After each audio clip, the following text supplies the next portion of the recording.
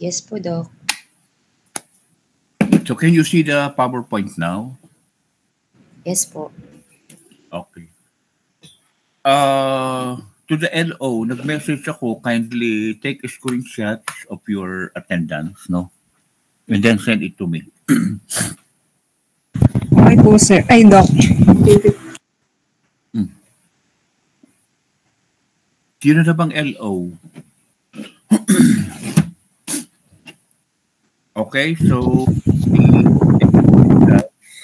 and then send it to me for your attendance. Okay, so we finished the basic radiology. So at least now you have an idea, no? So you have an idea on how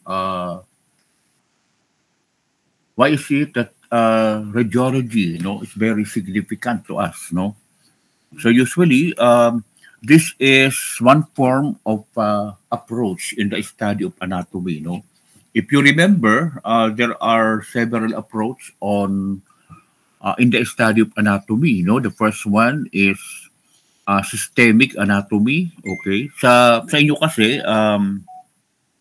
hindi na kasi na-discuss yung human body system, no? After the orientation, nag-cytology. Okay, so the systemic anatomy was not discussed anymore because you're already very familiar on the systemic anatomy. That is the approach when you were still in the college, no? In your pre-med. So, anong approach natin sa medicine? Our approach, specifically anatomy, is regional, no? Regional anatomy. So that's why there were 6 regions of the human body that we are going to tackle, no, in human anatomy. Okay, and one of the approach there is study on the approach of imaging modalities, no. So that includes the radioanatomy. Okay, so you need to take note, class, that in the study of the radioanatomy of the upper extremity, no, what will be our main objectives here? So our main objectives is to at least identify and recognize the normal anatomical structures through diagrams, radiographs, and cross-sectional images. So at least now, students, you know already, well, what does it mean when you say cross-sectional images? So that is the 3 imaging modalities, and that includes CT scan, MRI, and ultrasound. Okay, so that is your cross-sectional imaging procedure.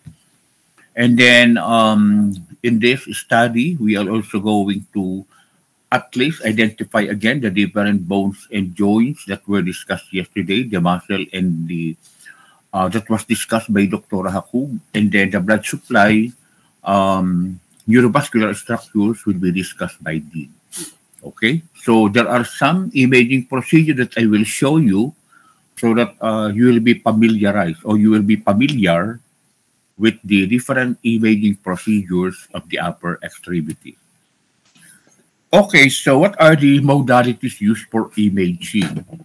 Okay, so we have your radiographic film, okay, radiographic study, CT scan, MRI, and then of course you have your arteriography, ultrasound, and the bone scan.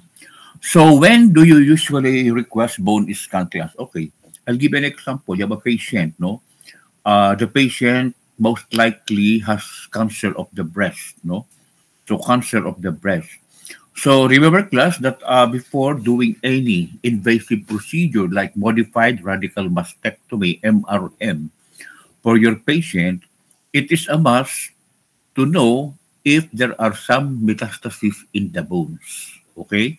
Because the usual site of metastasis of patients with breast cancer is the bone, okay? So ano yung una-una mong i-request? CT scan of the whole human body, no? So CT scan yung whole human body. And then you are going to look for any kind of distant metastasis coming from the breast. Okay? So kung yung bone scan ng patient is negative for any sign of metastasis, no? or any metastatic cells coming from the breast, then you can proceed with the invasive procedure like modified radical mastectomy with lymph node dissection. Pagka sinabi natin lymph node dissection, aside from the removal of the entire breast and the muscles, okay, of the chest, okay, then you are going to dissect the axilla. Okay, you are going to node pick, no, the 6 lymph nodes that you have in the axilla and submit for diagnostic purposes. Okay, so these are the different modalities for imaging using that are being used in the upper extremity. Okay, so you know already the different bones. So we have a pair of clavicle, a pair of scapula, a pair of humerus, a pair of radius, a pair of ulna. How many carpals? Okay, 8 on the left side plus 8 on the right side. So you have 16. How many metacarpals? 5 on the right, 5 on the left. So you have 10 and you have phalanges. Okay, so how many phalanges do you have? So these are the different bones of the upper extremities. And then when it comes to the joint, okay, so you have your sternoclavicular joint that was discussed by Dr. Ortega yesterday, the acroclavicular shoulder, which is one of the big joints that we have in our body aside from the hip joint and the knee. Okay, then the elbow joint, okay, the wrist joint, whether they are intercarpal in the carpometacarpal, metacarpophalangeal joints in the interphalangeal joint. So these are the joints that we have in our upper extremity. Okay, so you know already the anatomy of the clavicle, no? So you are going to see at the anterior inferior view of the clavicle. So you know already, class, that at the AP view of the clavicle, you will see that the clavicle extending horizontally, almost horizontally across the root of the neck. Okay, and then it will be running towards the point of the shoulder. So in some part, you will see that the clavicle is subcutaneously located and they are superficial. So that's why if it was mentioned by Dr. Hakub, no, the clavicle is the bone of the upper extremity which is very prone to trauma. So they are the bone that usually fracture, no? Madapalang ang pasyente with an extended upper extremity, okay, you could fracture the clavicle. Okay? Or hinila mo lang yung arm ng patient, specifically in children, you could already have a fracture of the clavicle or dislocation of the shoulder. Okay? So that is your clavicle. So this is the location of your clavicle in AP radiographic film. Okay? So it is one of the long bones, no, that transmit weight, no. It is one of the long bones that transmits weight of the upper limb to the sternum. Kaya nga ang tawag dito, class, is the strut of the upper extremity. Okay? So if you're going to look at the anatomy of the clavicle, you have the medial end, wherein the medial end is quadrangular in shape and it is articulating with your clavicle, okay, of the manubrium to give you the sternoclavicular joint. Okay, so that is the medial end of the clavicle. While the lateral, okay, the lateral end of the clavicle will be flat, okay, it is flat and it is above downwards and it is articulating with the acromion process of the scapula to form the acroclavicular joint. So I'm assuming that you know these two different joints, no, of the shoulder. So you have the sternoclavicular joint and then you have your acromioclavicular joint. Okay, so this is the appearance or the anatomy of your clavicle. So you are looking at the anterior surface, okay, and the posterior surface of the clavicle. So how will you know that you are looking at the anterior surface? The smooth surface of your clavicle is the anterior, and then the rough surface, okay, of the clavicle is the posterior surface of the clavicle. So next week, you are going to identify each of the different parts of the clavicle.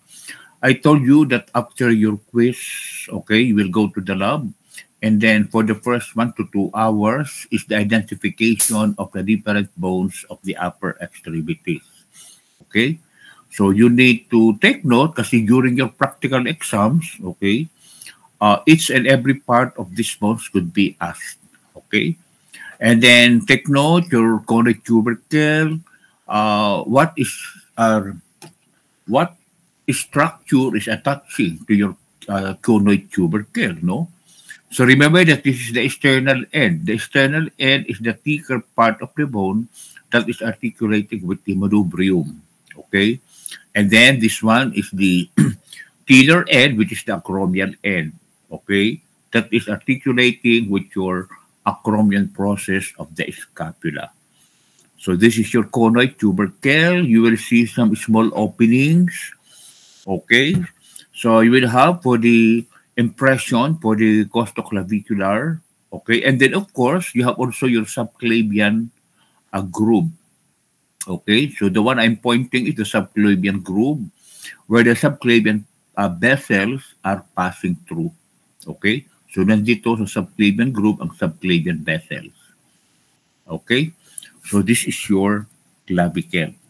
So it is cylindrical in shape, the lateral 1/3. Okay, this is the lateral 1/3.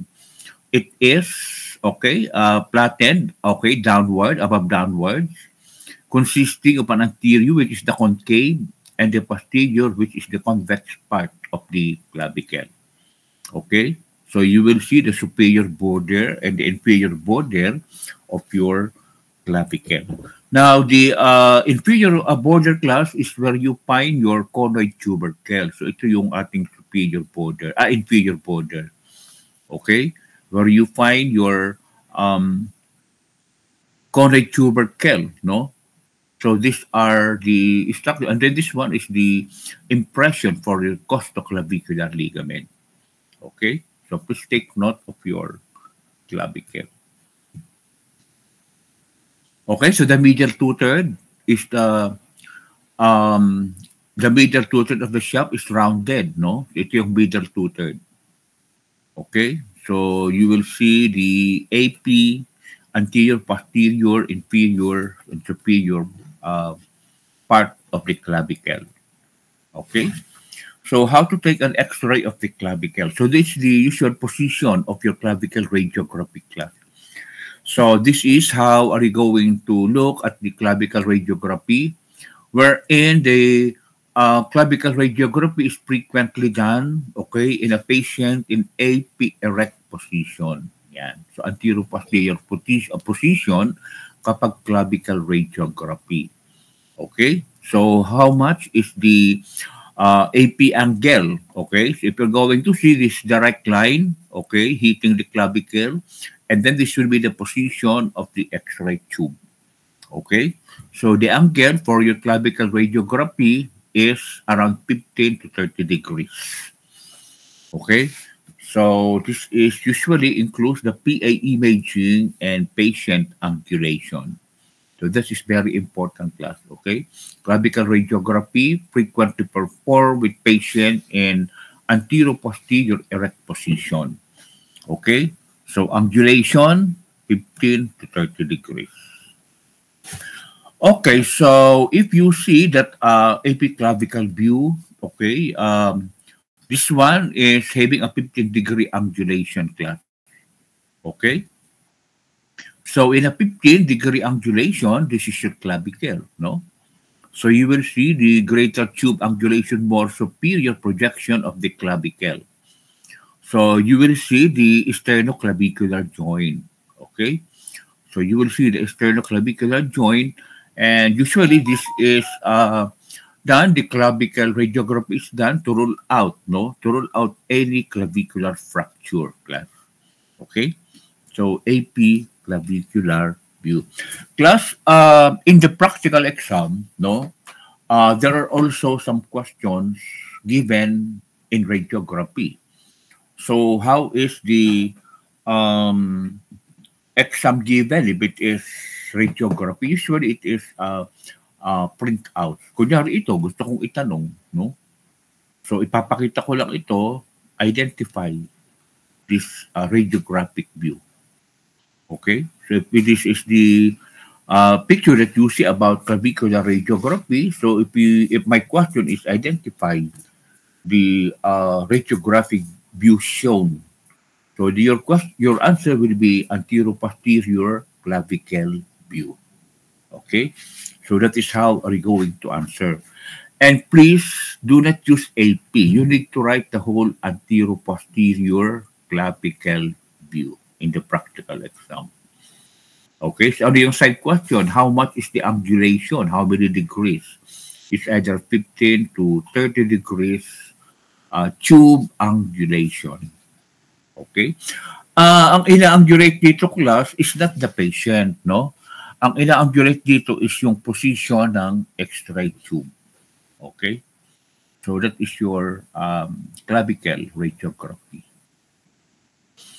Important note, ito yung sinasabi ko, class, one view is no view. So single radiography, class, for any bony structure is hazardous practice and should be avoided whenever possible. So according to John Harris, yung nag-produce ng Harris classification of fracture, according to him, one view is no view. So ang ibig sabihin, kapag nag-request ka, kunyari may patient ka, no? Hindi lang AP view or PA view, no? A maximum of 2, no?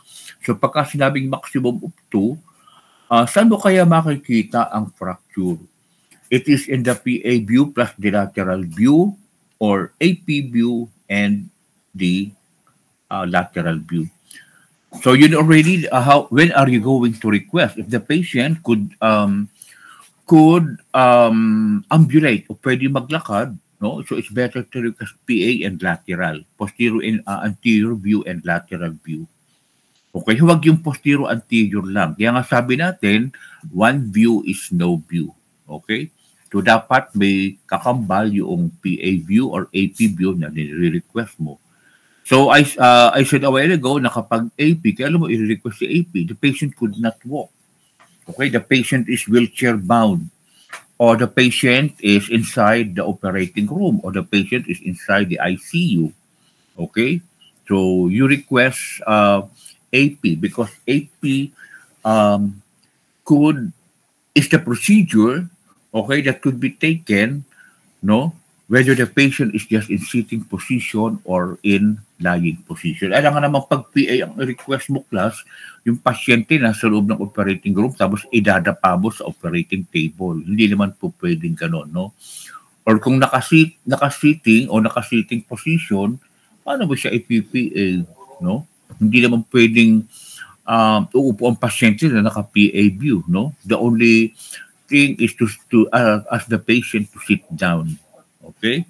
So this is a very important note if you are going to request for imaging modality, specifically if it's radiographic view. Okay, so in here, you'll be able to see. Now, what is the very important thing that you are going to look at, class, no? Kunyari, meron kang just a radiographic X-ray film of your patient. So the first thing that you are going to look at is nasaan yung marker, no? That will tell you that this side is the left side or the right side of your patient. Kagaya nito, no? The marker is in here. So it means that this side of your radiographic film is the left side of your patient. Okay, kung nandito naman, nakalagay dito ay right, no? Dito sa taas. So ibig sabihin, this is the right side of the patient. Okay?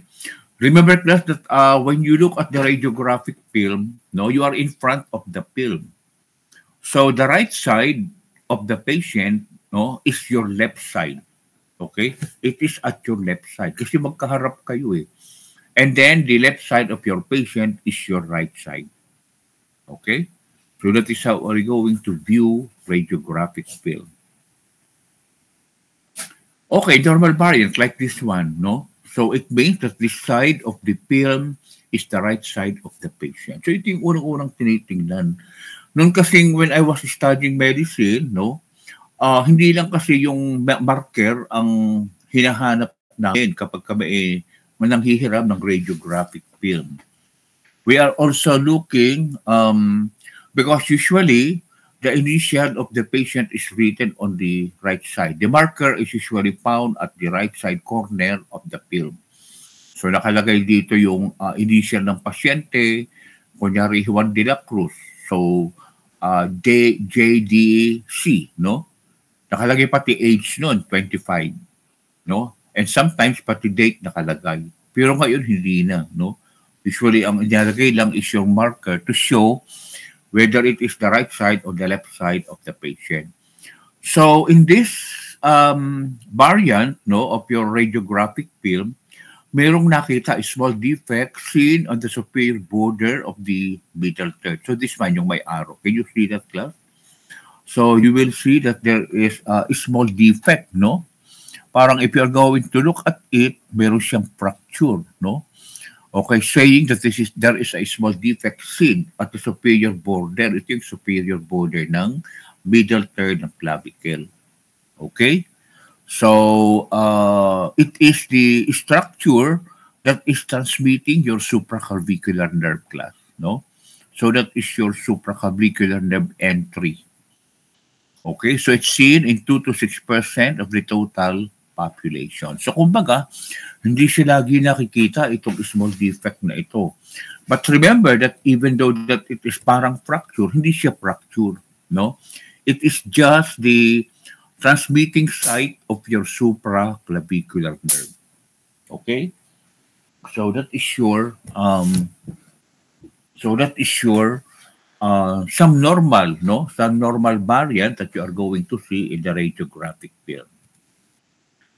Okay, so another one, companion shadow of the clavicle. Yan. So pag makakakita kayo ng radiographic film na ganito, no, parang this is the right side of the patient, parang ano ito, bakit parang may shadow? Okay? So that one in the arrow is what we call the companion or the companion shadow of the clavicle. Okay, so sternoclavicular joint.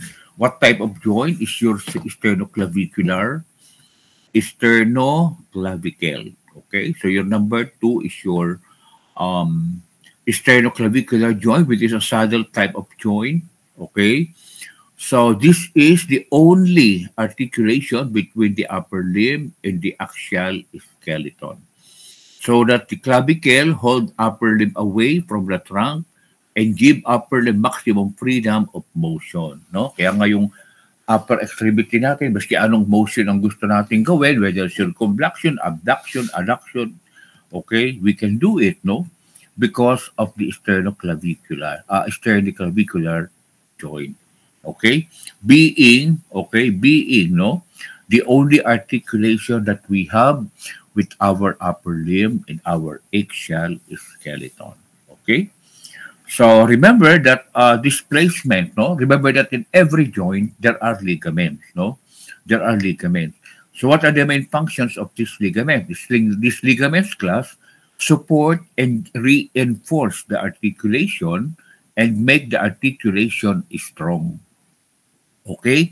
So ano kaya mangyayari? Kunyari walang ligament, no? Ay siguro isang bunggo mo lang lilipad na kaagad, dislocate na kaagad siya.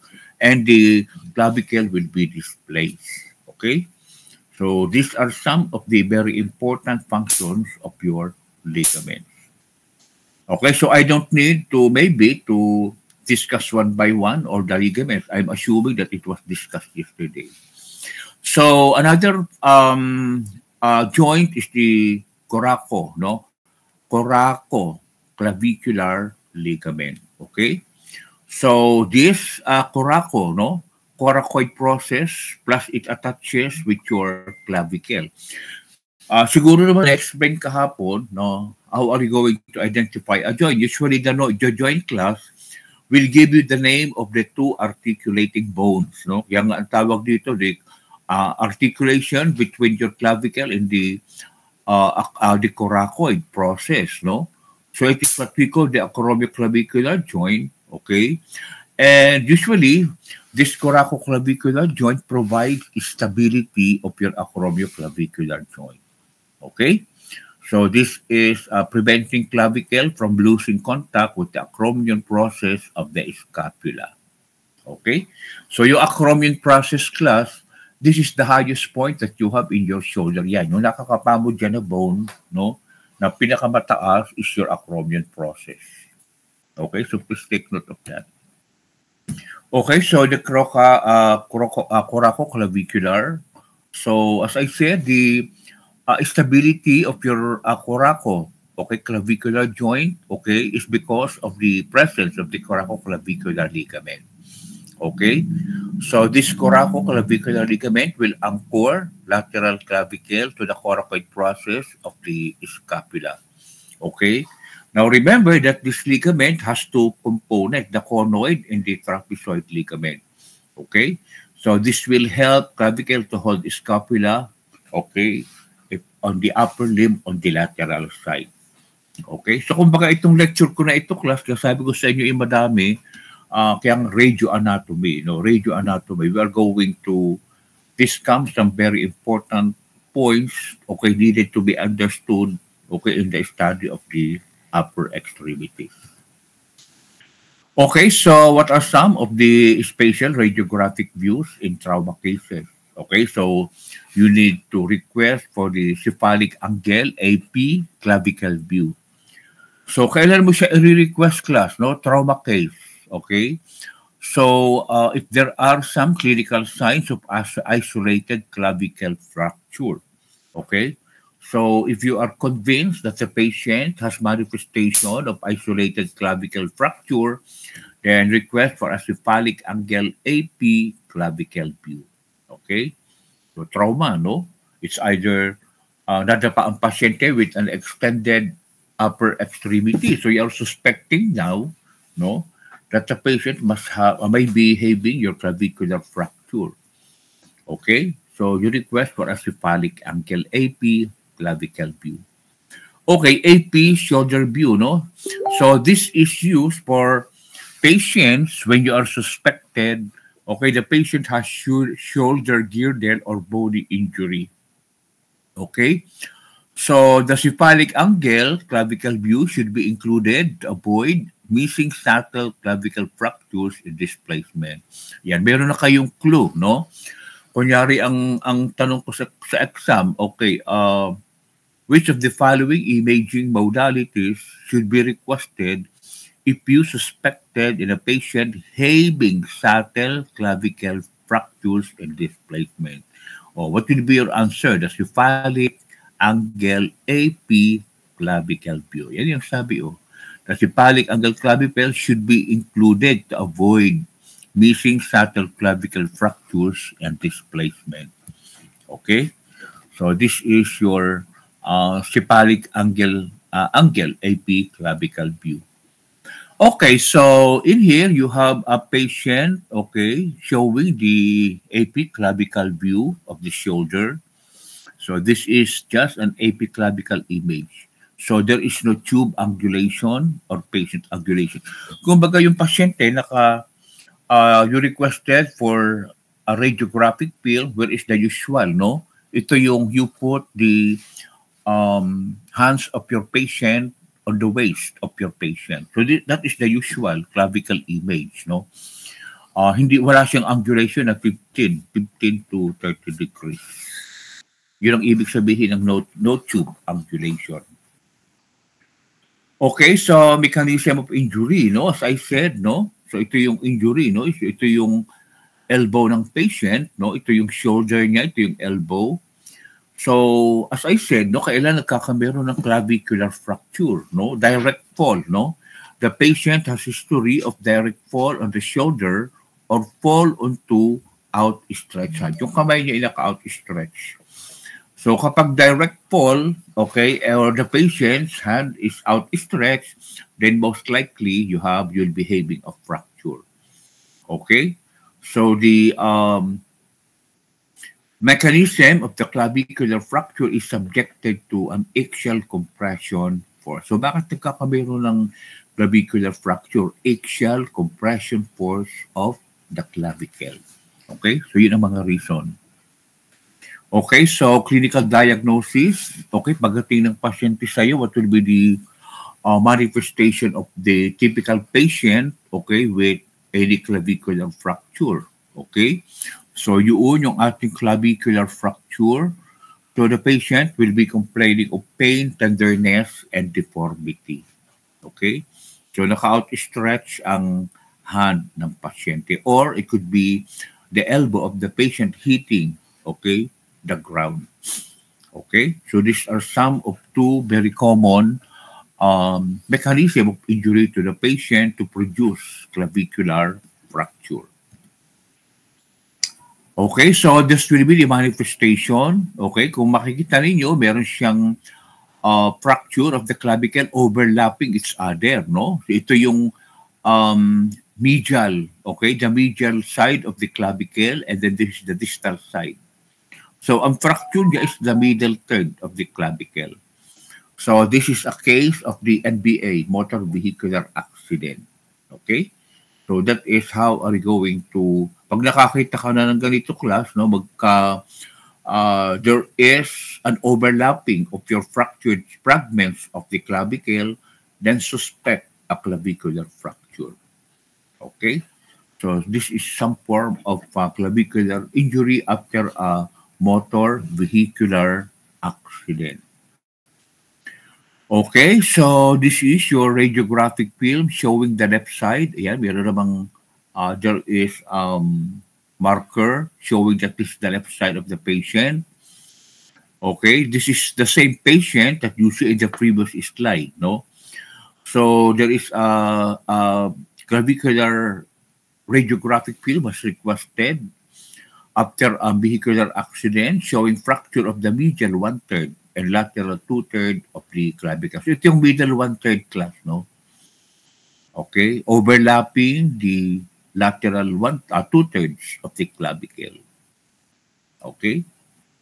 So kapag practical exam, binulugan ko na yan, okay? What do you see in this radiographic film? So you are going to answer me left clavicle fracture.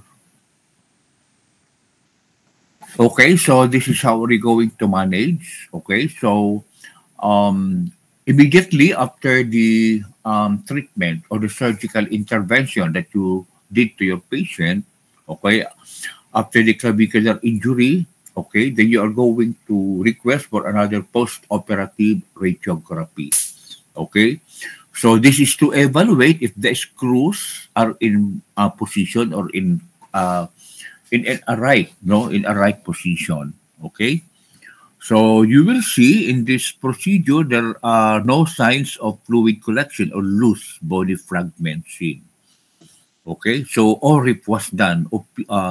Open ORIP means open reduction internal fixation. So that is ORIP.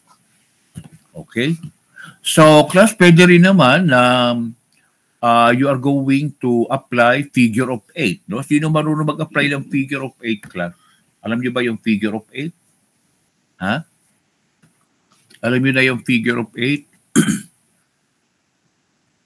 So you are going to get elastic bandage. Kunyari ang fracture ito, nasa left side. So yung pinakauna na end ng iyong elastic bandage should be here, no? And then you ask patient to hyperextend like this. Okay? So you ask your patient to hyperextend. So ano mangyayari? Kung dari naka-overlap, sinabi mo hyperextend. So the fracture now will be aligned. Okay? So ipipil mo siya, mapipil mo naman siya na nag-align yung fracture. Then ask the patient to hyperextend. Okay? And then you will see the alignment of the fracture. And then apply the figure of 8. So, yung pinaka-distal end, yung pinaka-unang end ng elastic bandage should be put here. And then, hihilahin mo passing the underarm or the armpit of your patient. And then, iikot mo uli, okay, passing from the first where you started and then ikot siya doon sa kabila. Okay? And then, ikot uli over the armpit ikot na naman dito. Okay? So, para ka lang nag-a-apply ng figure of 8. Are you still with me, class? Andiyan pa ba kayo? Yes po. Yes po, Doc. Okay. So what happens to the surrounding structures in cases of trauma to the clavicle? Okay.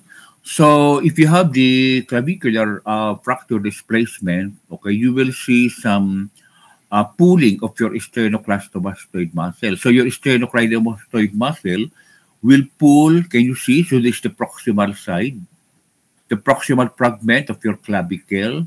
So it will be pulling your proximal third of the clavicle up. Pag sinabi nating up, cranial direction. Okay? And then the gravity largely takes care of the distal fragment. So pagka yung inamang distal third, bakit pababa? Because of the gravity. Okay? So that is the case, kaya mayroong overlapping. So usually, ang makikita mo, class, if the fracture is at this side, okay, the fracture is the middle third of the clavicle, usually the one that it is elevated is the proximal segment. Okay? So the proximal segment will be elevated due to the pull of your sternocleidomastoid muscle. Okay? And then, bakit pababa yung distal two-third? Because of the pull of gravity. Okay? So that is the main explanation when there is middle third fracture of the clavicle. Okay, so significance of the cephalic AB view. Okay, so when you requested for a cephalic view radiography of the clavicle, okay, so this will improve and visualize a fracture, specifically kung meron comminuted fracture. Kita nyo, class? So may comminuted fracture. Okay, so that is the clinical significance to request the cephalic AP view, okay, of your shoulder or the clavicle. Okay, that is to rule out any comminuted fracture. Pagka sinabi natin comminuted fracture, class, there are presence of small bone fragments. Okay, so that is what we call the comminuted fracture.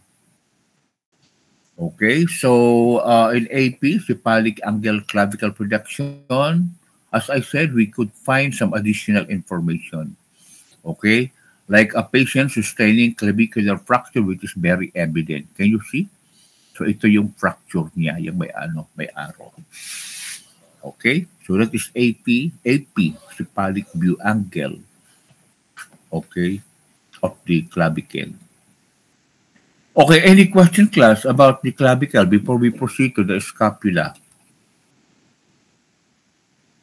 Okay, so what is the clinical significance knowing the scapula, class? Please take note that your scapula, okay, is a triangular bone, okay, which is located, okay, between your second to seventh ribs. Okay, posteriorly, class, no?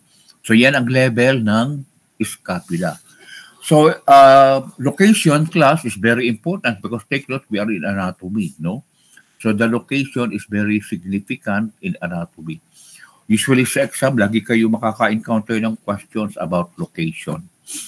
Okay, so you know already that scapula has two surfaces, the costal and the dorsal, and then you have three borders, three angles, and of course, how many processes, no? The usual processes is the acromion and the coracoid plus the spine. Okay, so this is your scapula.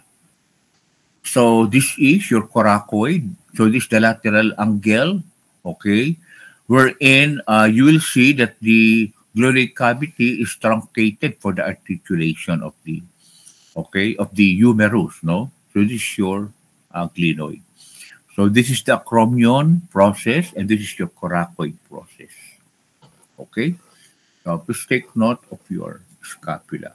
Now, how are you going to, so that you will not be mistaken, no? The acromion, class, is the one that is, okay, can you see? The acromion is the one that is continuous coming from the scapular spine. Ito yung scapular spine, no?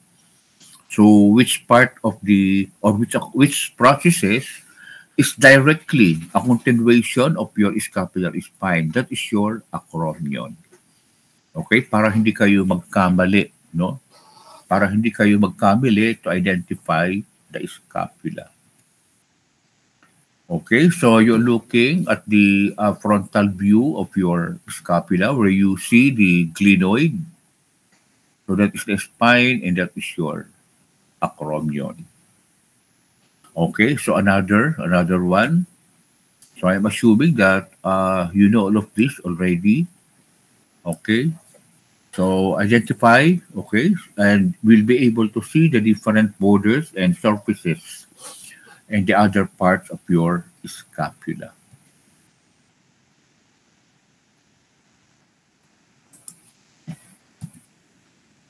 Okay, so you're looking, no, if you requested for the PA projection or the PA view. So this is the dorsal side of your scapula. The ventral side is the one that attaches to the posterior side of the chest, where you have your subscapularis muscle. Okay? So this is your acromioclavicular joint. As I said, you need some ligaments, okay, to reinforce, okay, and make the joint stronger. So this is your coracoacromial ligament, trapezoid, and then the conoid ligament. Okay? So this is your acromioclavicular joint. Okay, so how are you going to request for an AP view of your patient? No? So ganyan ang position. Okay, can you see that? So that is your cassette. So this X-ray beam. Okay. Okay, so how does it appear, no, in the radiographic film, no? So you'll be able to identify the different parts of your shoulder. Okay. So this is the most proximal where you have the head of the humerus, the anatomical neck, no? So I'm looking at the right humerus, and then this is your lesser tuberosity. Okay? So please try to look at the different views of your radiographic film. Okay, so what are the structures found at the upper end or the upper part of your humerus?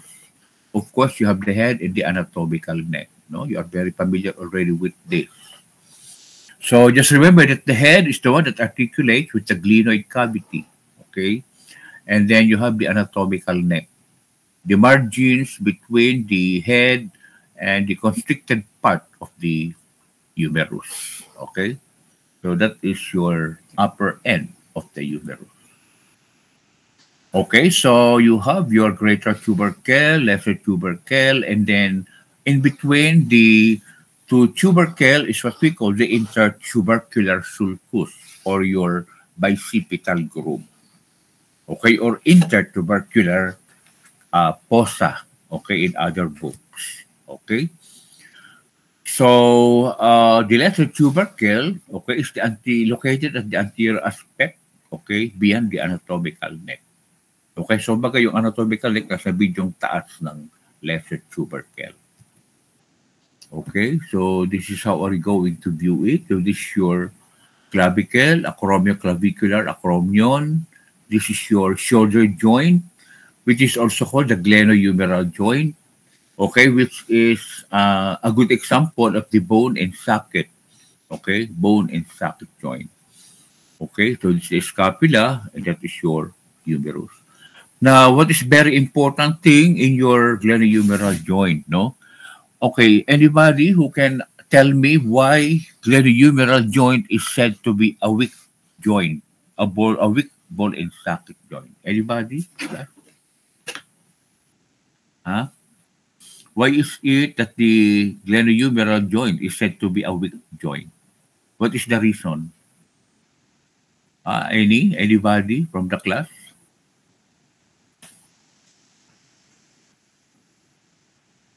Wala magbo-volunteer?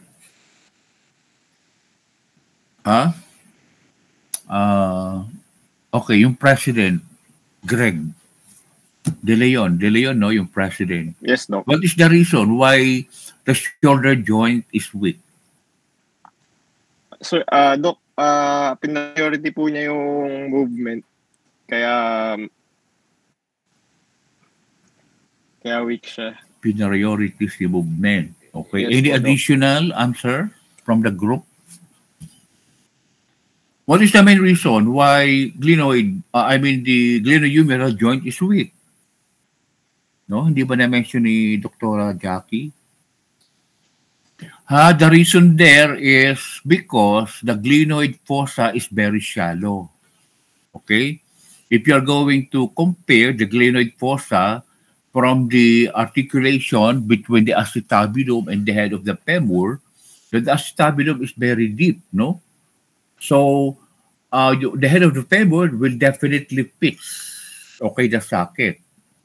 Okay? Ay dito sa glenoid, take a look at my cursor. No?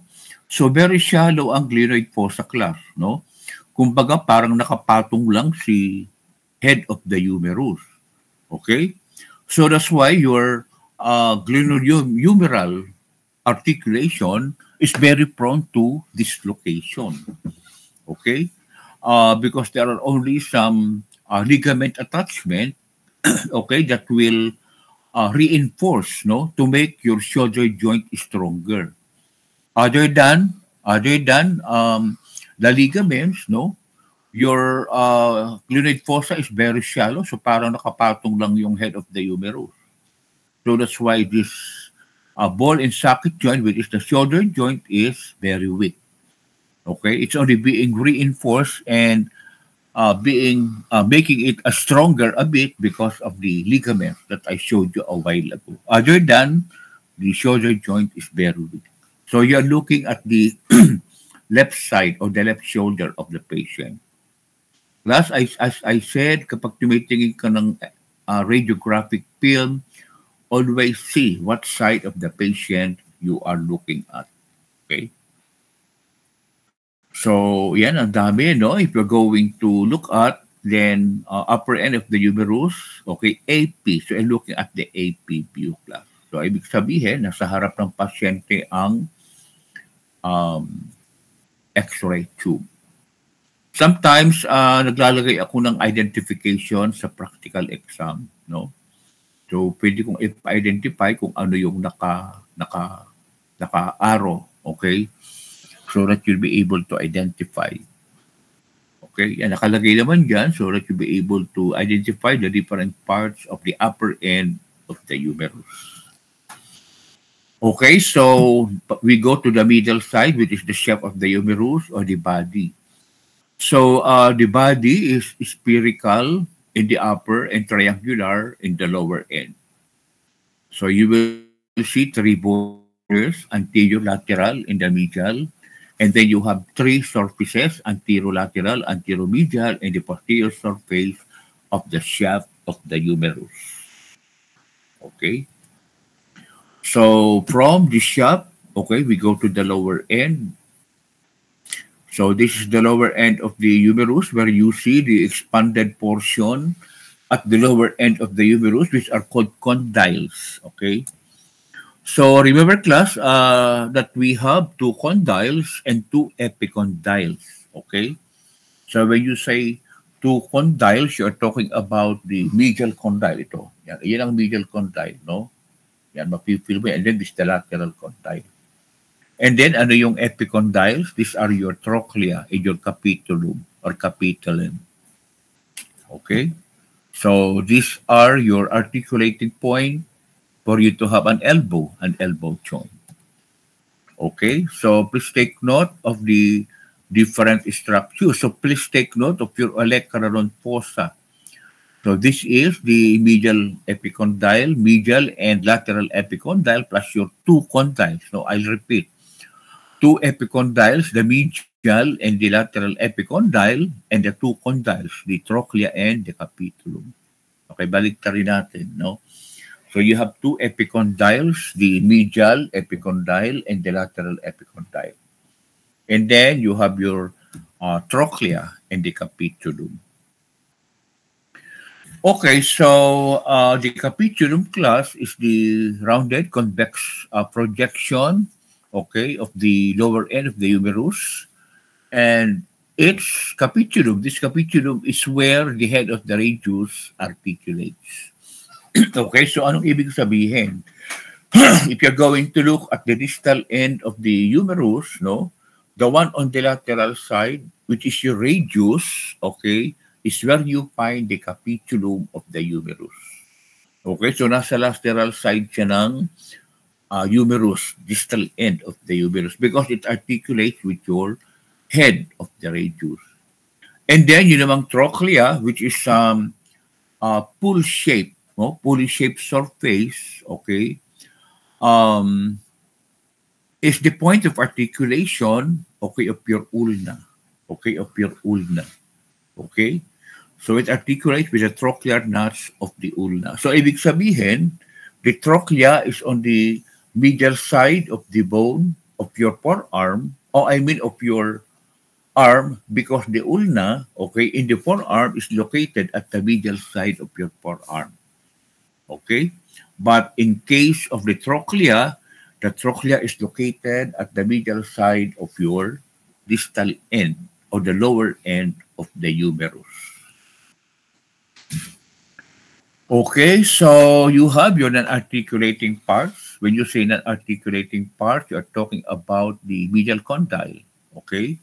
The medial condyle. So the medial condyle is said to be the non-articulating part of the lower end of the humerus, okay? So it is subcutaneously felt on the medial side, okay?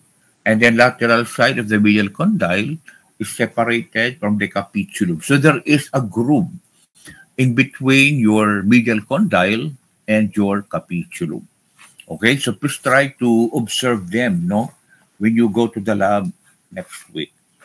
And then you have the lateral condyle. So the lateral condyle is the smaller one, okay, and it has muscular impression.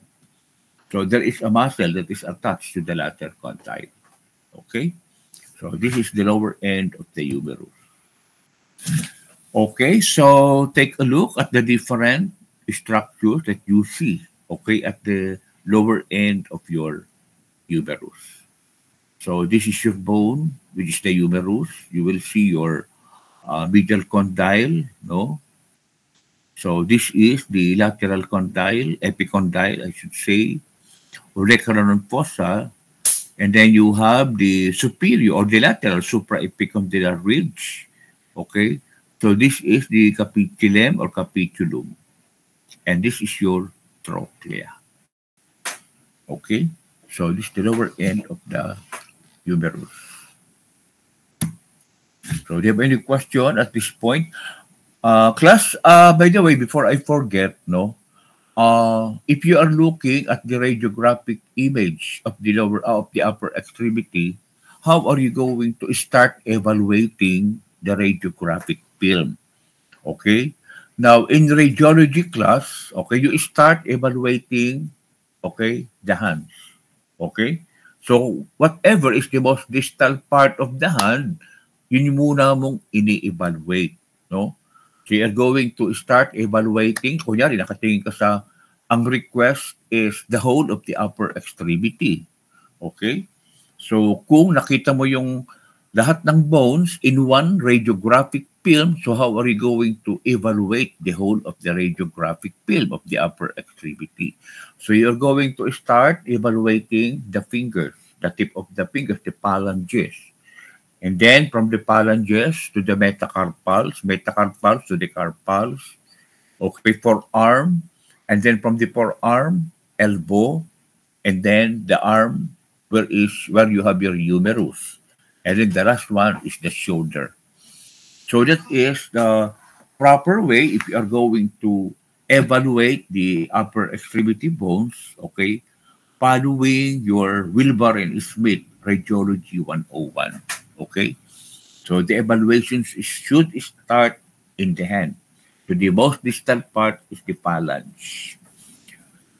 Okay, so this is your shoulder joint class. So you will see this shoulder joint is your glenohumeral. Okay, so you could identify the acromion, articular cartilage. The articular cartilage class is seen only in a living individual. Okay, so you cannot see articular cartilages in your, kunyari, nakakita ka ng skeletal system na dry, no, naka-display na sa lab, you will not be able to see the articular cartilage. But if you want to see it in your cadaver, you can still see it, no? Kasi andun pa yung articular cartilage. Okay? So, you need to take note what type of cartilage is the articular cartilage, no? So, you need to take note of that. So, this is your coracoid, glenoid fossa, okay? The neck of the scapula. So, this is the humerus, and that is your acromion. Okay? So, this is your glenohumeral joint. Okay, so other structures found at the shoulder joint. Please take a look. So this is a shoulder model. So that is your acromioclavicular joint. This is the acromion process plus the clavicle. Okay, so this is your rotator cuff muscles. Remember that the rotator cuff muscles class is its main responsibility is to assist, no? It will assist the shoulder joint. It makes the shoulder joint stable. And if you're going to look at the rotator cuff muscles will form a common tendon. Yan. So they will form a common tendon. Yan ang tinawag rotator cuff tendon. Okay, so this is your biceps, the long head of your biceps brachii muscle. Okay, the long tendon of the biceps brachii, okay, will be transmitted and passed through your intertubercular groove. Okay. Now, in the radiographic film, so this is your clavicle, no? So that is the acromion, the acromioclavicular joint, the coracoid, the glenoid fossa, humeral head, greater tuberosity, and the lesser tuberosity. Okay. So this is your intertubercular groove. Ayan. So this is where the long head of the biceps brachii pass through. Okay. Class, when you go to the lab, anyway, you will have quiz, no? So at least you will be able to understand and study the muscles. Kasi pagdating mo sa lab, kailangan alam mo na kung ano yung mga i-identify nyo sa lab. Okay? So that you will know already what are the different structures that you need to identify. And then Monday, Dean will discuss the brachial plexus, okay, and your neurovascular structure of the upper limb. So please try to read ahead, no? Kasi isa lang yung face-to-face class. After that face-to-face class, ano na ulit siya online, and then the following week is already your breast-long exam. Okay, anatomy exam is Wednesday. 9 to 11, didactic, and then in the afternoon is the practical exam. So the practical exam class is usually composing of 50 items, no? So 50 questions, and that is moving practical exam. Okay? So I will teach you on how to answer when you go to the lab next Wednesday. Okay, so what are some of the anatomic considerations in the rotator cuff tears? Kunyari, may pasyente ka and then you suspected that there is a rotator cuff tendon tear, okay? Or when you say rotator cuff tendon tear, the tendon is detached from its origin, or insertion, I should say. Remember that the more movable part of the muscles is the origin. No, the insertion part of the muscle, not the origin. The origin of the muscles are usually immobile, no? They are not moving, okay? They are usually just for the attachment of the proximal part of the muscle. While where the tendon, okay, the longer tendon is attached is the insertion part of the muscle, which is the more mobile part of your muscle. Okay. So as I said, no, you have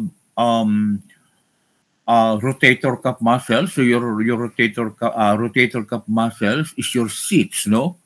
SITS. So you have your supraspinatus, infraspinatus, subscapularis, and the teres minor. Okay? So these four major muscles of the shoulder will form the rotator cuff, and then they will be consisting of a fibrous sheet that is enclosing the four tendons or the platen tendons of your sits muscle. Okay? So, as I said, no, this rotator cuff muscles, okay, its responsibility is to make your shoulder joint stable. Okay? So, since this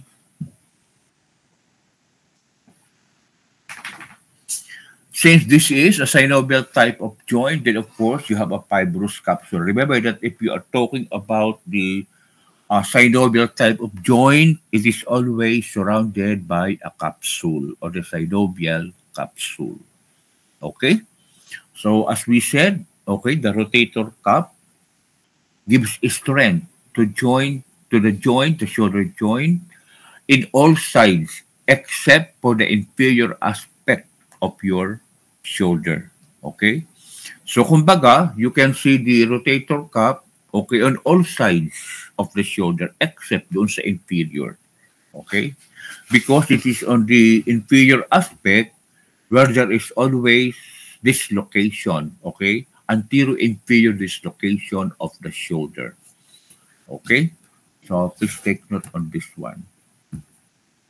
Okay, so these are the muscles. So that's your supraspinatus, okay, infraspinatus, and then the subscapularis. The subscapularis class is located at the ventral surface of your scapula. Okay. Okay, so that is glenoid cavity. Okay, the lips surrounding the glenoid fossa is called the labrum. Okay? Yung labrum class, kunyari, kinat mo yung capsule, no? If you cut the capsule, okay, that is surrounding the joint, the shoulder joint, okay, then ano yung maiiwan? Okay, ang maiiwan dun is your labrum or the lips of your glenoid cavity. Okay? Okay, so this is just to identify. Kunyari, ito yung ibibigay ko sa practical exam nyo, no? So you need to identify. Number one is clavicle. Number two is acromion. Okay, so this is how are we going to identify the shoulder, okay, AP view, AP projection of the shoulder. Okay, so ang pwede kong itanong dito, class, identify the projection of the shoulder shown in this radiographic film. Okay? So, sagutin nyo, AP, projection, anterior-posterior projection, or the AP, or anterior-posterior view. Okay? So, this is to show you the lateral side. Okay? So, shoulder X-ray lateral view. Okay? So, nasa lateral view ka. So, identified 1, 2, 1, 2, 6. Okay? So, you need to take note of the lateral view of the shoulder, okay, in this type of film. Okay, front view, okay, you know that already. Okay, so back side, anterior again, anterior shoulder joint, okay.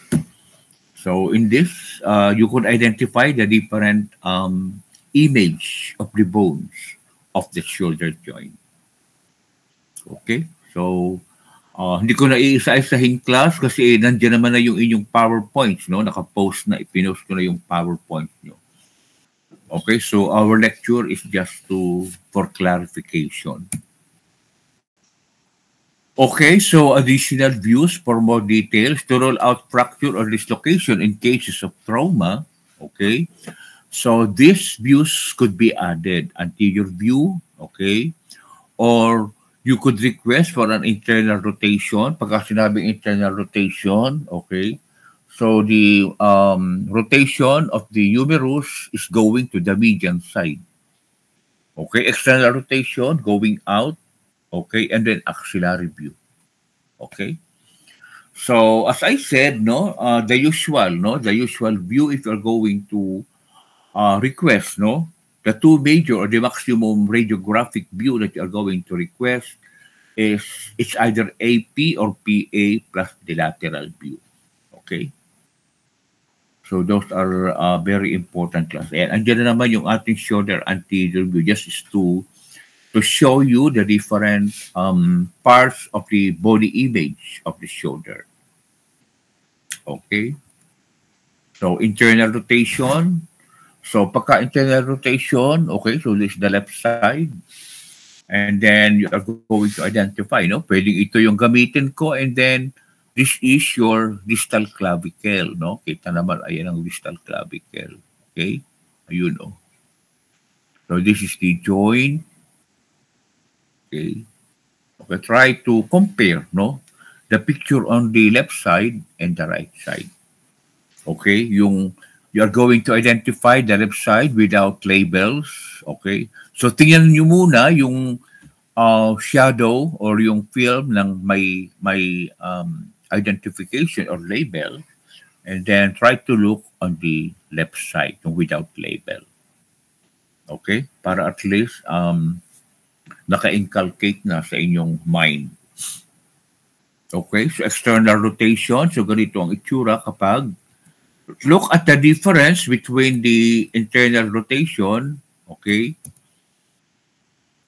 internal rotation and external rotation of the shoulder. Okay, so this is the axillary view. Okay, so ganyan ang itsura kapag axillary view. Okay, dito yung tube. Okay. Okay, so what are some of the structures that visualize on radiography? Muscles, nerves, blood vessels, unless there is calcification of the vessels, bursa are not also seen, the capsule or ligament, and the lymph nodes. Okay, not unless the lymph nodes are already calcified, when there are already metastases of your lymph nodes.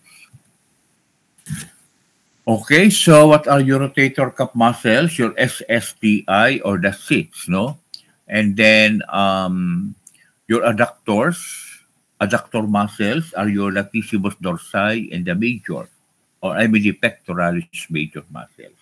Okay, so you can identify them, in the picture. Okay, so that is your rotator cuff. So this is your subscapularis class attaching to the lesser tubercle.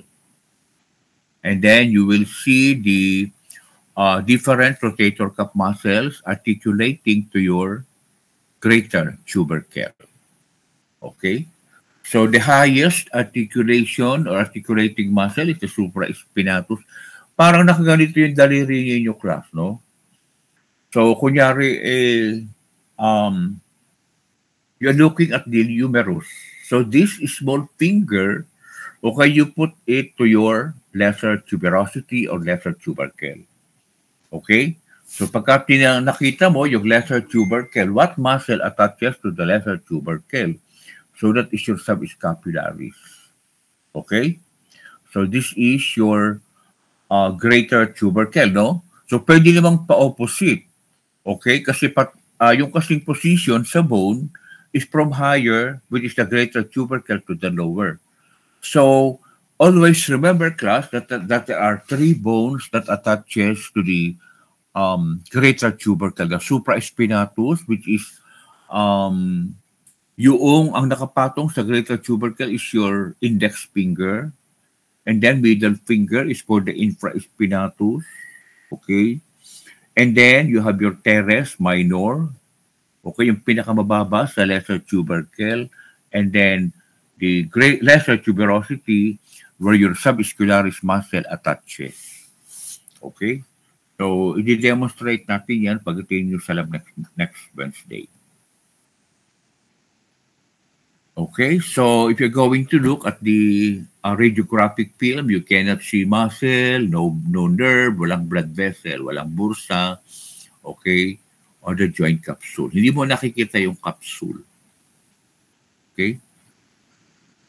So, muscles of the shoulder girdle, okay, you know that already. Hindi ko na yan isa-isahin.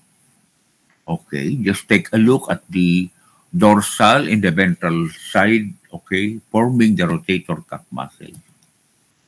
Okay. Okay, so cross-section, sagittal view. So this is the magnetic resonance image class of the shoulder. So kapag ganito ang nakita ninyo, no, magnetic resonance yan. Okay, so just the same, you'll be able to identify the different parts, no?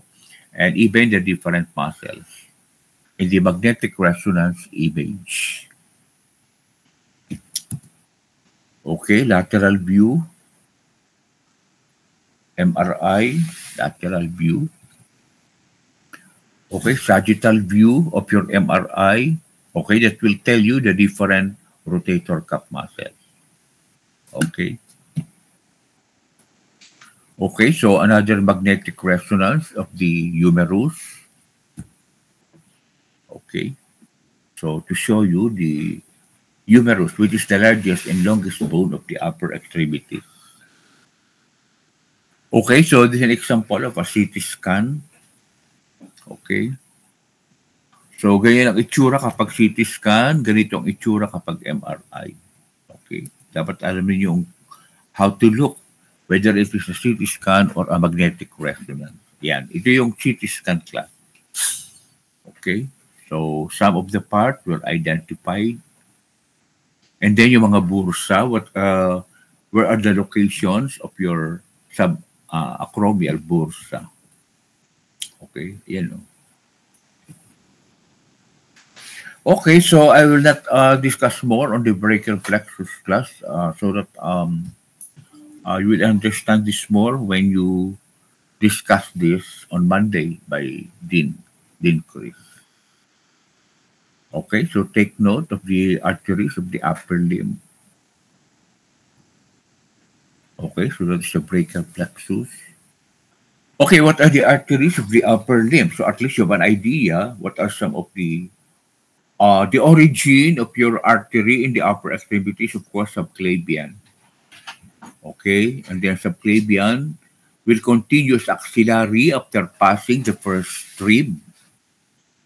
And then your axillary artery will continue as brachial after passing the teres major muscle. And then the brachial artery will branch into two at the level of the neck of the radius and divides into the radial going to the lateral side of your forearm and then ulnar side on the medial side of the forearm. Okay? So you have your profundobrachii, the profundus or the deep arterial vessel of the arm is the largest branch of your brachial artery. Okay? And then you have your anterior and posterior interosseous arteries.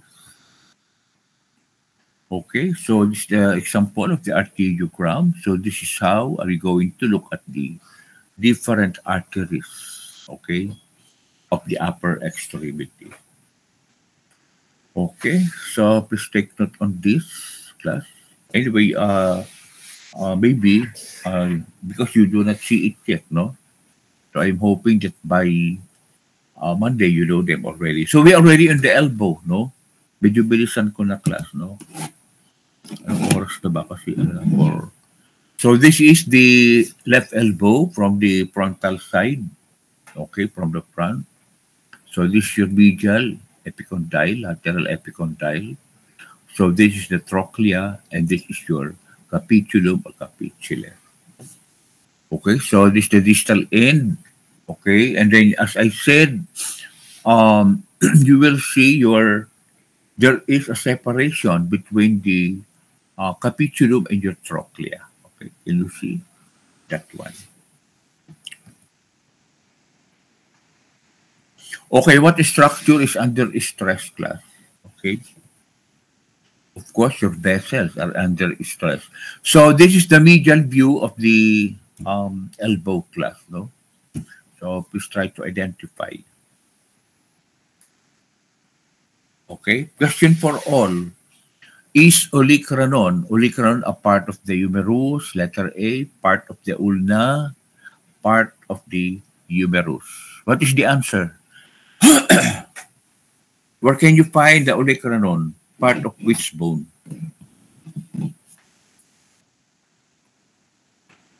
Hello? Are you still there? Class? Part of the ulna, Doc. Olecranon is part of radius, ulna, or humerus? Ulna po, Doc. Ulna? Iba yung olecranon. Okay, ulna. Kapag olecranon, kung dinagay ko dito olecranon process, saang part? Part ng? If olecranon process is part of which bone? Radius, ulna, humerus.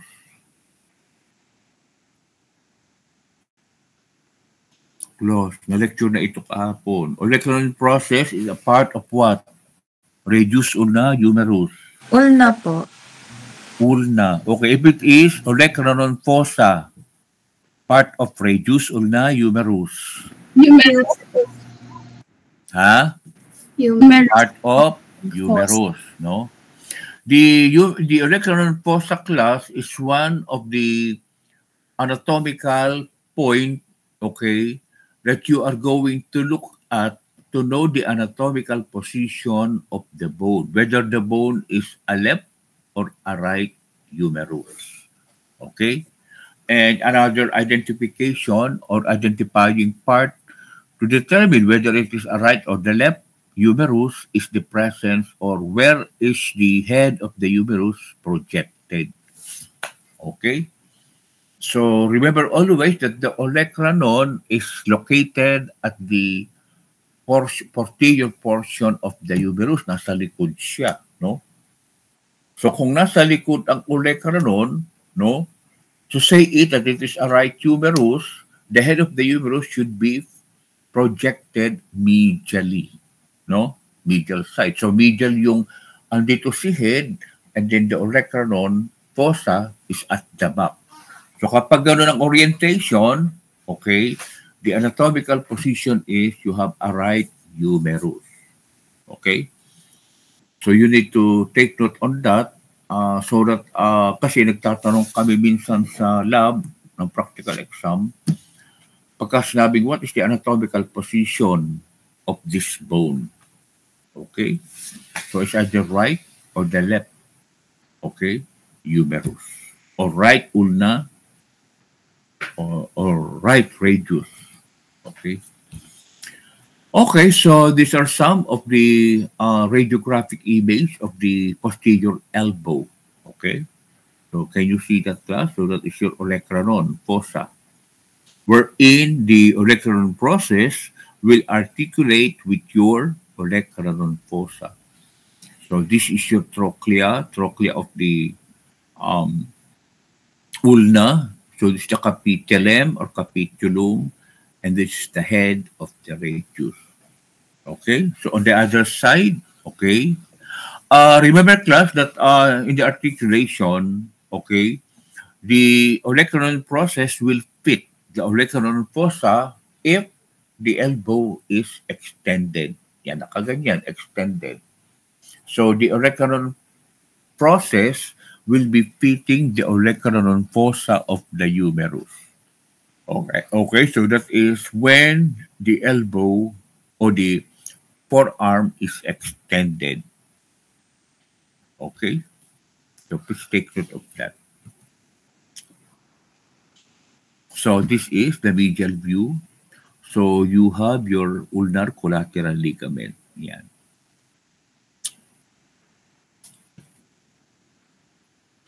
Okay, so you are looking at the lateral radiography of your elbow joint. Okay. So kapag lateral, this is your trochlear notch, olecranon process. Okay, and you will see other structures class. So that is the radius and it's the ulna. Okay, so please try to identify the different structure. This is the left side or the left elbow of your patient. Okay, anterior view. So this is just a picture. So you're looking at an extended elbow anteriorly. So dito ka nakatingin.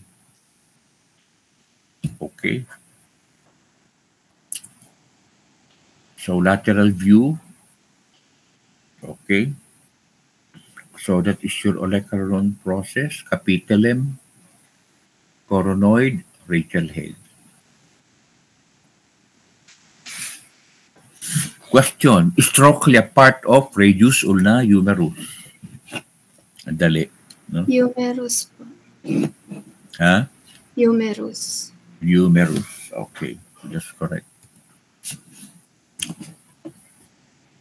Okay, bursa. Ano bang function ng bursa, class? Was it lectured? So, if you're going to look at the bursa, ayan, kunyari sa elbow, you will see a pouch-like structure, okay, that contains some amount of jelly-like fluid, okay? So, it is serving as a cushion, okay, for the articulating joint, okay? Para hindi meron ng friction. Kunyari, nakaganyan ka, nagkahalumbaba ka, okay? So, pagka nagkahalumbaba ka, alam yung halumbaba, no? Then, it is the olecranon bursa that is hitting the space or the surface of the table kung saan ka nakahalumbaba. Okay? So, that is one main function of your bursa. Okay, so huwag na natin alto. Pagka sinabi natin flexor muscles, tatlo lang naman yan, biceps, brachialis, coracobrachialis. Pagka sinabi extensor, triceps brachii. Okay? So, class, what is the... wala pa pala kayong neurovascular, Okay, anyway. Okay, so this how are you going to identify? Okay.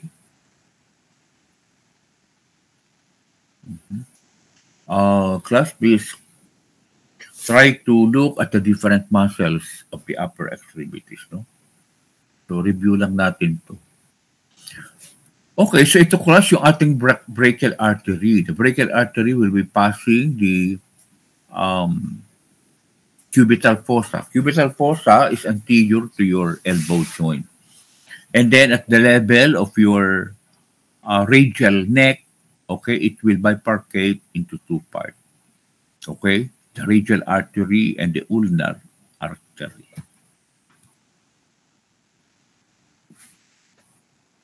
Okay, you're looking at the lateral side.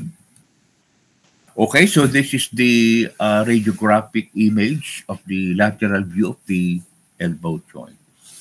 Okay, so naka-specify naman according to number. Okay, please try to look at it.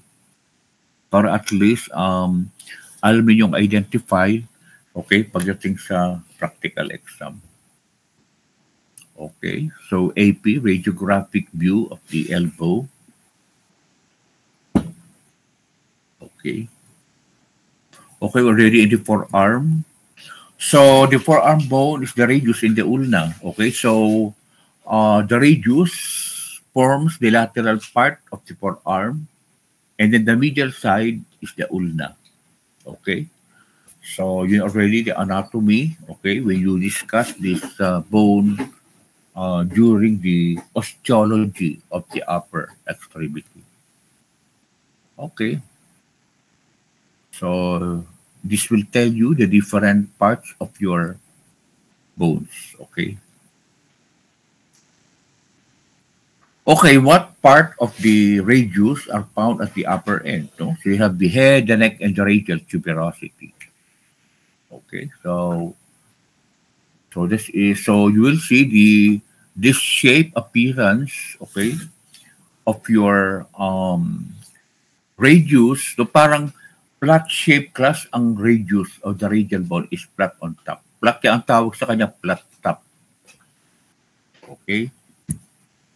And then, below the flat top is the constricted part of the radius, okay, which is the neck. And then you will see the radial tuberosity. Okay, so the lower, okay, is the attachment of the carpal bones class, no? So the medial surface is the ulnar notch of the radius. So this is to articulate with the head of the ulna. Okay, so the upper end of the ulna is like a hook, no? Letter C. Okay, wherein at the middle you have the trochlear notch. So you have your olecranon process and the coronoid process. Okay. So you have your ulna class, no? So bones of the forearm, ayun ang forearm natin. Radius, more lateral, and then more medial is the ulna.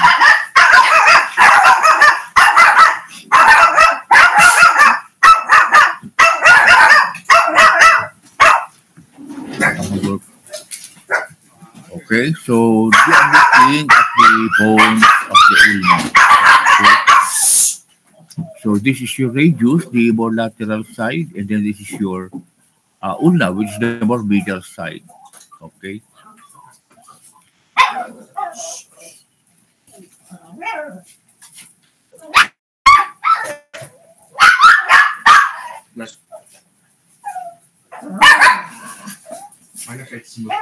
Okay, so just take note, class, that the forearm muscle is divided as the anterior and the posterior compartment, no?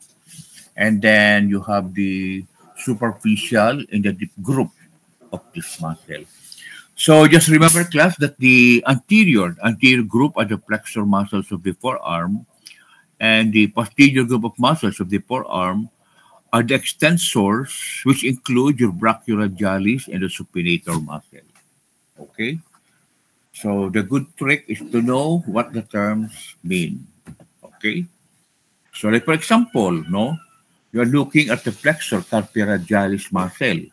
So you have your flexor, so it means that it's located on the anterior part of the forearm. Okay? And then it is a flexor muscle which is located at the anterior part of the forearm, but it flexes the wrist on the radial side. Okay? So saan ba ang radial side? Okay? Papunta doon sa external rotation of the forearm. So that is how are you going to interpret, no? So kapag naman extensor, carpi ulnaris, okay? So extension, okay, so it's extend the wrist going to the ulnar side. No? Ito yung ulnar side, ito yung radial side. Okay? So I hope you know how to know, okay, the meaning of the terms, okay, of your forearm muscles. Remember, class, that the forearm muscles contain long tendons. So these are the long tendon muscles. They are the muscles of the forearm. Okay, so take a look at the bones. You're looking on the lateral side of your forearm. So that is the hand, the wrist, radius, and this is the ulna. Humerus, no? Lateral side. Okay. So hindi ko na i-discuss. So you're already in the wrist. Now, wrists are called carpal bones, no? So you have 8 bones, okay, having 4 proximal and the 4 distal row. Okay, so the proximal row from the lateral to medial, so naka-anatomical position, to the most proximal row, the most lateral bone is the scaphoid, lunate, triquetrum, or the triquetral, and then the pisiform. The distal row naman, from lateral to medial, the pinaka-lateral is the trapezium, followed by the trapezoid. Pangatlo is the capitate. The capitate is the largest among the carpal bones, no? And then you have the hamate. The hamate is the only bone with hook of the hamate. What nerve class passes through your hamate, hook of the hamate? What nerve? Huh? Okay, what nerve what do you think? It is your ulnar nerve, no? So ulnar nerve is the one that is being transmitted and passed to the hook of your hamate. Okay, so this is the proximal, so this is the lateral side, scapoid, lunate, triquetral, okay? So the pisiform is not shown, no? Because the pisiform class is a very small bone. Okay, so this is your distal row. This is your trapezium, trapezoid, capitate, which is the biggest, and then you have the hamate. Okay? So dito naman sa kabila, okay? So this is your scapoid. Okay, scapoid, lunate, triquetral, yan, mayroon siya pisiform. And then trapezoid, trapezium, capitate, and your hamate, and my hook. Okay, you're looking at the dorsal side of the wrist, no? So ang dorsal side.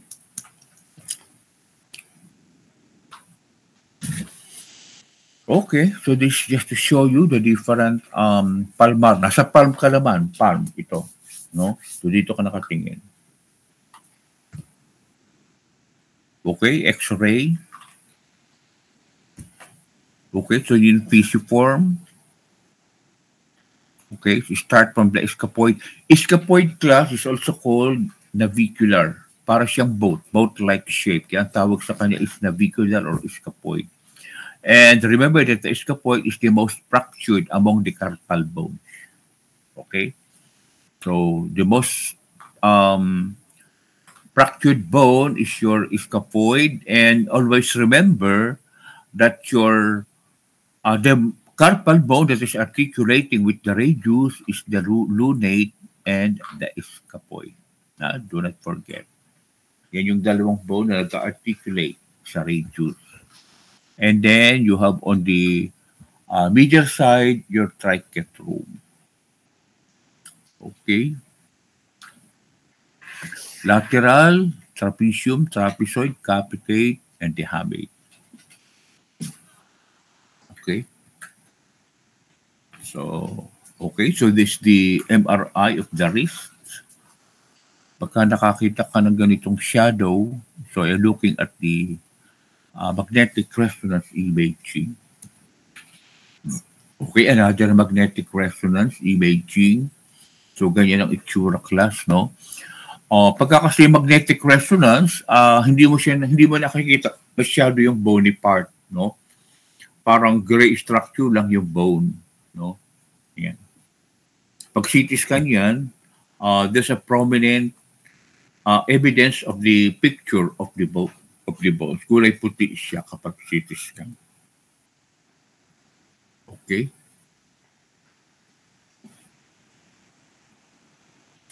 So the apple, which the capitate, should sit in the cap, lunate, which should sit in the saucer, which is the radius. No?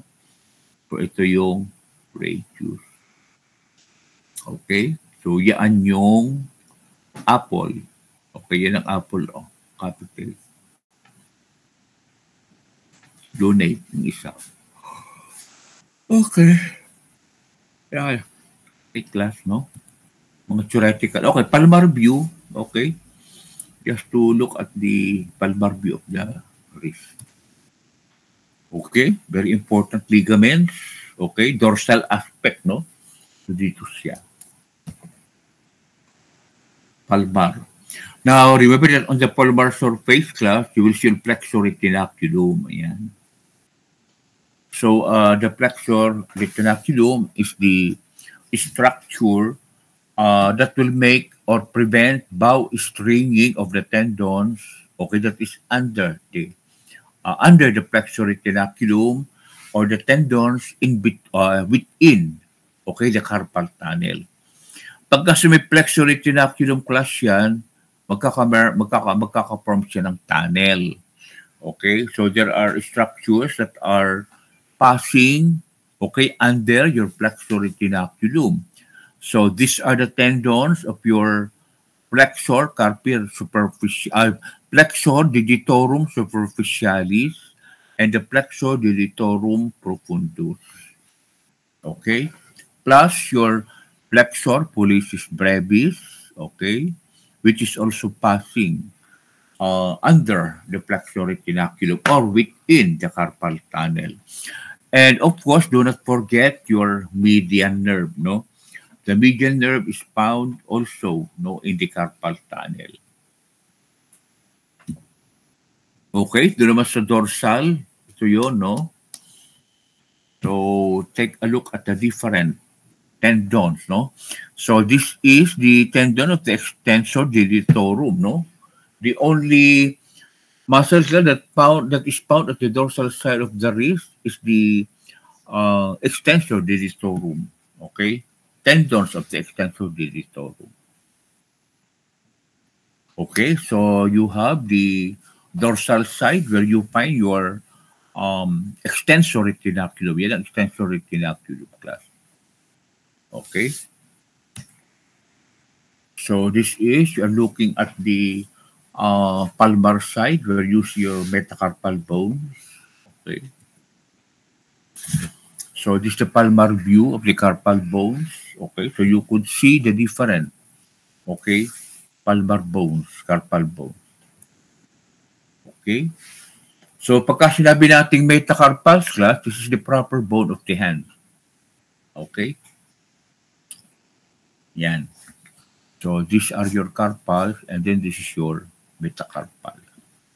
So first, second, third, fourth, fifth carpal, metacarpal bones. Okay. Okay, so this is the attachment between your carpals and metacarpal bones, class, no? Okay. So 14 phalanges, 3 in each finger and 2 in each thumb. Okay. So just take note of your radiographic image. Okay, taken oblique view of the hand. Okay. So these are some important figures to be shown, okay, using the high-resolution realistic digital body model. Okay, so this is the bones of the hand, AP view, showing the left hand of your patient. Okay, so you have here everything, no? The first metacarpal, second, third, fourth, and fifth metacarpal. Okay, so you'll see articulation in between. Okay, pagka sinabi naman natin ang nerve supply, you're looking at the dorsal side. So, the radial nerve on the dorsal side of the wrist will innervate 3.5 digits of the hand.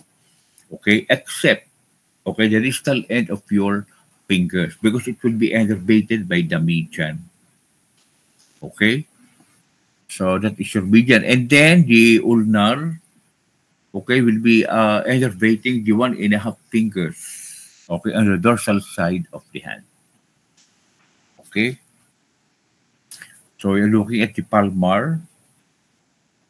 So the blue structure here, the 1.5, is innervated by your ulnar nerve. 3.5, okay, median, and then this side of your hand is innervated by the radial nerve. Okay, so we have the intrinsic muscles of the hand, no, the small muscles of the hand. So you have interossi. Okay, so this is the lateral view of the hand. Okay. Oh, that's the end. So, kumbaga, no, kung hindi ko na isinama yung radio anatomy, I discuss more on the radiographic, okay, or radiography, okay, of the upper extremity, then the lecture will be very short. Okay. So that is how about the radioanatomy of the upper lip. Okay, so again, class, no, just to recapitulate, no, as I said, when you evaluate, no, the radiographic film of your patient, no, if you're already practicing physician, okay? So always begin, or if you're a clerk or an intern already, and you have the whole view of the upper extremity of your patient, whether left and right. So the first thing to look at is to look at the marker, okay? Look at the marker para hindi kayo magkakamali kung left or right yun ang pasyente. And then, if you're going to evaluate, always start with the hand, evaluating the hand, going up. Okay? So, until you reach yung kasing ano ko class, yung isang PowerPoint ko, maiksi lang kasi yun eh. Kaya lang sabi ko nga, kasi puro online ito mga batang ito, so I use the radioanatomy, no? Yung kasing isa kong imaging of the upper extremity, konti lang yun eh, around mga 20 slides lang. Okay? And also class, try to take note of your fracture, no? The different types of fracture. So pagka sinabi, I hope that it was discussed by Dr. Hakob when he discussed osteology of the upper extremity. Diniscuss ba niya yung type of fractures? Class? Ano yung type ng fracture? Sige nga kung diniscuss ni Dr. Hakob. What are the types of fracture? James. Nakita ko si James. Ano yung types ng fracture? What are the two major types of fracture? Liberty. Law. Two major types of fracture is simple and compound, di ba? Simple and compound. Kapag simple, ito yung no wound, okay, or no incision showing the bones, no? And usually the fracture are linear fractures. So walang injury to the skin, okay? So makikita mo lang, you will just only see that the patient has fracture if you requested for the radiographic film. Ano yun naman yung compound?